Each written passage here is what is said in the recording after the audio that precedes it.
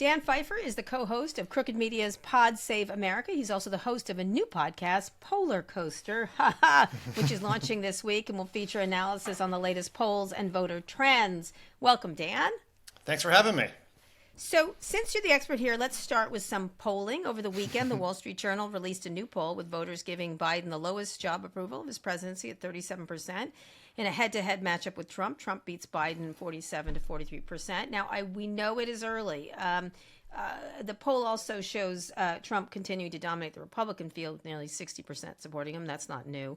But Nikki Haley has numbers that are a stronger general election candidate, beating Biden by 17 points.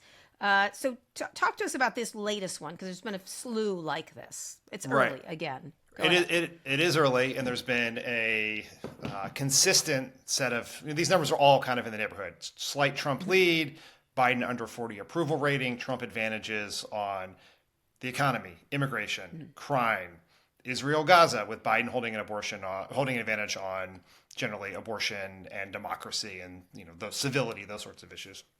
And I think it is like these are the polls that Democrats should take seriously, but not literally. Right, there is no question that that Joe Biden is in. If the election were held today, Joe Biden would be in trouble, and would lose. But there's a very simple, I think, explanation, like in pure math, as to why Trump is winning and Biden is not. Is that in look at the Wall Street Journal polls that Trump is getting 92% of his 2020 voters, and Biden's getting 87%. And that 5%, and that is consistent across all of the polls. And that is alarming. But that if you're the Biden team and you're looking for a silver lining, those are the easiest voters to get back, are the ones who've already cast the ballot for you. And that's got to be what the focus is heading into next year, is beginning to rebuild that coalition. If you do that, then we are headed for once again a very, very close election, but one that is very winnable for Joe Biden. Okay, so we keep hearing also about Nikki Haley momentum, but realistically, is there any scenario where she gets the nomination? I would say no. I think that if you look, Nikki Haley is a non-MAGA candidate in a MAGA party. There is a whole bunch of polling shows that Ron DeSantis is actually a much more likely Republican nominee than Trump. In an NBC poll, the Republican primary from earlier this month, more than 70% of Republican voters have Trump as their first or second choice. 54% of Republican voters have DeSantis as their first or second choice. And only 28% have Nikki Haley as their first or second choice. And so her universe of voters, she's a factional candidate, if you will. She is consolidating this minority of the party, and it's actually in a weird way hurting her. Her approval rating keeps going down the better she does in the polls, because she's going from being a non-Trump to an anti-Trump candidate. So her net approval rating right now is 12 points. It's 42-30. DeSantis, for who we all very much, myself at least, spend a lot of time making fun of for what an awkward, weird, terrible candidate he is, he has a net approval rating of 45%, right? And Trump's net approval rating of above 60. And so Nikki, he's the other Trump. He's the other Trump, right? And if Donald Trump were to go to prison tomorrow, drop out of the race, defect to Russia, whatever else, Ron DeSantis would be the overwhelming favorite to defeat Nikki Haley in a primary. In a primary situation, even though the general, it's a real problem. Nikki Haley is, at least as we can tell right now, and she's a relatively generic non-Trump Republican in the eyes of voters. But as of right now, she's obviously, I think, very clearly the most electable Republican who is in the mix. Is in the mix, but Trump carries those fans, that he has, which DeSantis doesn't have. Let me ask you one more question, then Scott will have a bunch of questions, I'm sure. Is Biden, they seem unworried in the Biden administration. I've talked to a lot of people, and should they be more worried? They sort of have this, grandpa's going to win again. Good old grandpa, once you get a taste of crazy uncle, great uncle Trump, everyone will go, oh, that guy. It seems like that's a little sleepy to do, and I hate to use the term sleepy around Joe Biden, but I think it's like, should they be more, but the last time everyone counted him out and there he was, okay, let's just have grandpa again kind of thing. He's safe. I think my guess is that in reality, the Biden folks are less worried than the general Democratic Party, which is in a state of sort of abject panic at this point. As they always are. As they always are. That is not unusual. The term bedwetter was invented for a reason to describe my party. But I think they are more worried, or at least more aggressively trying to shape the race in some of these public comments make, because they spent $25 million in ads in the off year. And that's not something you do if you think this race is going to naturally revert to the mean, where it'll be Joe Biden with a 4 or 5 point national poll lead. So I think that they are more worried than we think they are, but I understand why. There's no point in panicking, right? You have to go about doing your work. I think they see the path to getting there, but some of the things that they have tried thus far have not moved the needle, and I think that is probably worrisome. Dan, good to see you. So my sense of polls at this point aren't very good proxies for what will actually happen in terms of who wins and who loses, but they can be really helpful in terms of identifying key issues and messaging. If you were advising the candidates, what messages do you think are bubbling up that weren't there 4 years ago that they want to focus on? And then I'd be curious for you to do the same analysis that you did on the Republicans on the Democratic side. Like, is that also a foregone conclusion that Biden's the nominee? Sure.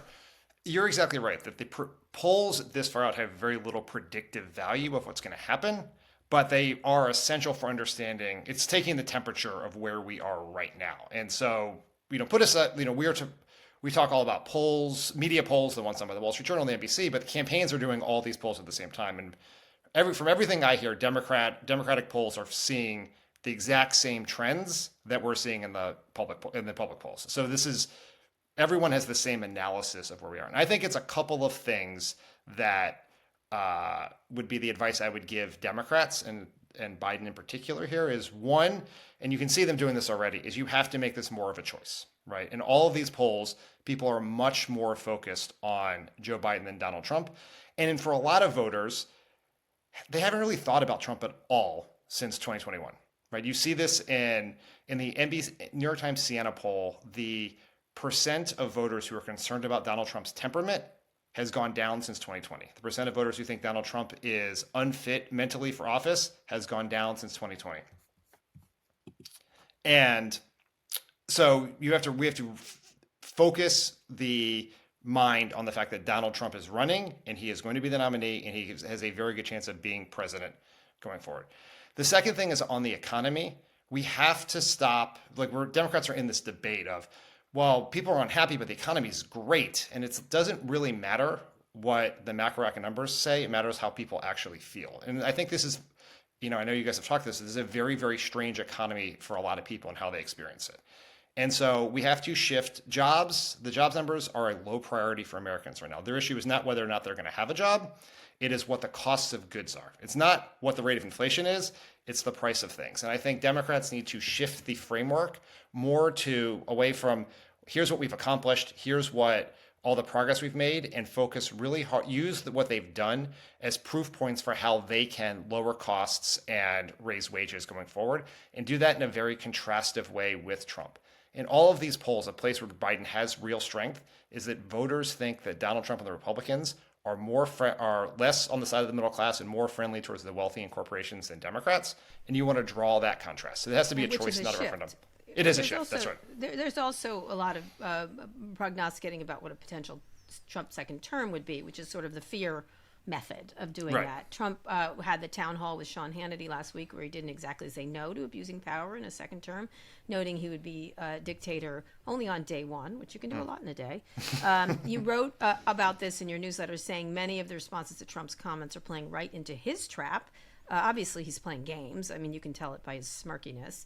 How should we be talking about it? I mean, it's terrifying, and also what an asshole. You sort of get that same feel off of Elon Musk or any of these. Like, they're just trying to fuck with you, essentially. Yeah, he very clearly was sort of smirking, and Sean Hannity was completely flummoxed at why Donald Trump would not take his repeated offers of a lifeline in that moment. But we have focused, and I think rightfully, on Donald Trump saying on day one. But what keeps getting left out is what he said right after that, which he basically said, I am going to abuse power to secure the border and, quote, drill, drill, drill. right? So what he is trying to do is to say, I am going to be an authoritarian, but I'm going to be an authoritarian for you. Here's how I'm going to help your life, right? We know that these things people care a lot about: cost of energy, and border is at the top of, it's right below inflation on a lot of the polls in terms of concerns for voters. What Democrats should do is we should avoid some traps. First is we shouldn't run around talking about how strong Donald Trump is, because strength is part of his appeal. We have to talk about the fact that he is weak, right? Donald Trump has never stood up to anyone in his life. He bows down to CEOs. He bows down to dictators. He's running for president, not to help you, but because he's afraid to face the consequences for his actions in office last time. Make it about his weakness, right? Donald Trump, that is a trap to make us talk about how strong and fearful he is. That's one. Two, we have to empower voters to be the ones who can stop Donald Trump. It's not that it is inevitable that he's going to take over the Robert Kagan column of his dictatorship inevitable. We have the power to stop him. Next, and I think this is really important, is we have to talk about what Donald Trump would do, how him being a dictator or seizing power or abusing power would affect you, right? And I think that one great way to do this is talk about abortion, right? The Heritage Foundation and others have talked about how even if Donald Trump is unable to pass a federal abortion ban, they can weaponize the federal government to put, in fact, a de facto federal abortion ban, right? That they're going to, you can do that across the board on issues about pollution and protecting clean air and clean water, about helping workers, right? How Donald Trump will use the federal government to make it harder for, the workers who were on strike at UAW or at Starbucks and all of those things. We have to make it matter to people, because if we don't, and we just say Donald Trump's going to destroy democracy, we are sort of by default saying that we are the ones who are going to defend this political system that most voters say is corrupt and doesn't work for them. And so It has to be very, very specific, because if not, we're just having this esoteric argument that means nothing to most voters. And in some ways actually undergirds some of Trump's appeal that helped propel him in 2016. He's a strong man. Scott? So the polls look really ugly for Biden. So we immediately think, they're kind of shocking. And so you immediately think, oh, wow, things are going well for us if you're a progressive. But anytime there's an election, whether it's the legislature in I think it was Virginia, or the abortion bill in Ohio, it appears that blue is winning everywhere. What's wrong here? Every time I see an actual election where people don't respond to a telephone or a phone survey, they actually go in and pull a handle or check a box. It feels like we're doing really well. This is people have been really trying very hard to square this circle, right? The polls look bad, but Democrats keep winning. And both things can be true at the same time, because these surveys we're looking at are surveys of the overall presidential election electorate, which is in most states 30 to 40% bigger than the people who vote in a midterm or even especially in a special election. Right. And Donald Trump does best right now with people who don't vote in midterms. He's doing best in these polls with people who didn't even vote in 2020. That's a huge part of his advantage in the New York Times Siena poll, is he's beating Biden by 15 points by people who did not vote in 2020. So these are two separate universes. And as of right now, the presidential election universe is less Democratic friendly than the midterm universe. And this is the parties have switched in this regard, as the Democrats have become more a party of college-educated suburban voters. When I worked for President Obama, Republicans were a much more reliable midterm party, which is why Republicans could crush in the 2010 midterms and then lose pretty handily in 2012 when Obama was on the ballot. And the reverse is true now. Have you? I just have a couple of follow-up questions. One, since 2016 when Trump won, my guess is 10 or 20 million American voters have died, and there's 10 or 20 million new voters. How has that? So you've lost 70 and 80 somethings, and you've gained 18 to 26-year-old somethings. How has that changed the electorate? And I would just be curious if you have thought about how the conflict in the Middle East is likely playing out, and does it advantage Trump or Biden? And let me put a caveat. It's a year from now. There'll be a whole different topic a year from now. We won't be talking about this. Right. Yeah, go ahead. It is the 2020 was a better. Joe Biden won the popular vote by more than Hillary Clinton did in 2020 for a number of reasons. But Joe Biden did better in 2020 than Hillary Clinton did in 2016 in the popular vote for many reasons. One of them is the electorate was becoming slightly more demographically friendly to Democrats. Now, the challenge right now for Democrats is Donald Trump has made gains. It is a question about how much those gains are with younger Latino and black men. So that accounts for some of the demographic change, where a few years ago we thought those would automatically be Democratic votes at 85% Democratic, and it's much less than that now. And one of the challenges for Biden is his most disaffected group, the people who are most willing to either sit out the election or vote for a third-party candidate like Cornel West or RFK Jr., are voters 18 to 29. So if Biden was performing at 2020 levels with those younger voters, you would sort of see that more Democratic shift in the electorate based on those demographics. But that's not being maximized right now because of opinions on Biden. On Gaza, the polling on this is incredibly confusing because the narrative we all get is younger Democratic voters are very angry at Joe Biden.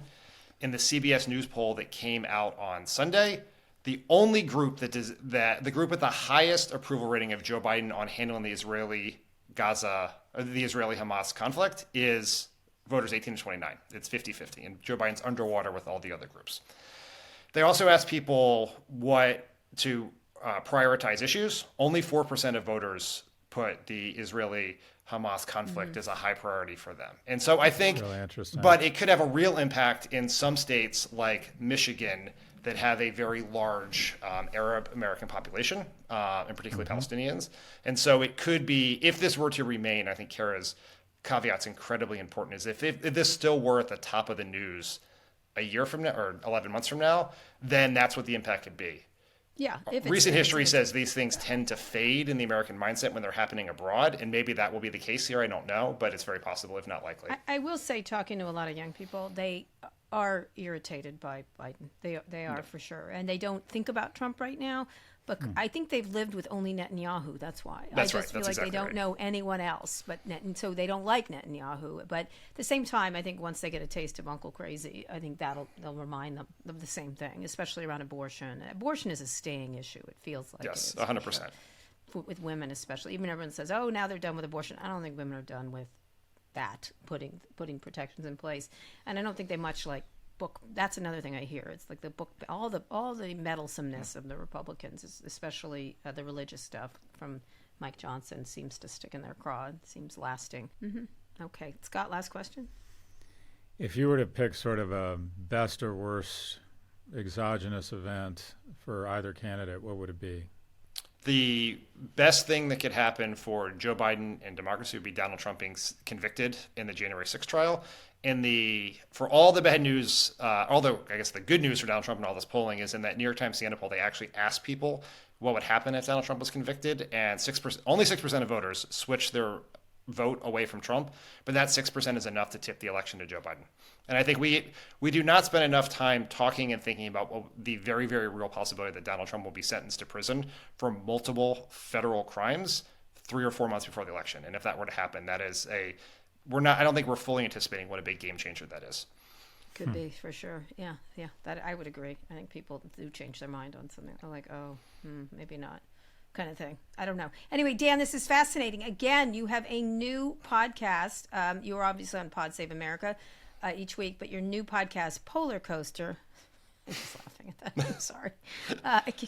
How long did it take to come up with that? Polar coaster was the term that we would use in the Obama campaigns for the people who were checking the polls every single day. And we say, and David Pfeiffer came in, get off the fucking polar coaster. Polar coaster, yeah. We've used that a little bit on Pod Save America over the years. And my goal here with this podcast is to help people understand what the polls mean and think about what to use it from. Completely ignoring polls. That's why this is. That is a polar coaster. There are going to be people in this world who want to ignore the polls, and that's very healthy. But if you can't ignore the polls and you're going to live and die with them, and you want to understand what they really mean, this is the podcast for you. And you go to crooked.com/French and get it. I don't buy it. Tell me you do edibles without telling me you do edibles. Anyway, it kicks off. Polar Coaster kicks off on December 14th. I like Polar Coaster. Wait, pass the Doritos. That's right. Let's watch South Park. And we're out. Okay, Dan, thank you so much. Awesome. Thanks, Thank you, Dan. guys.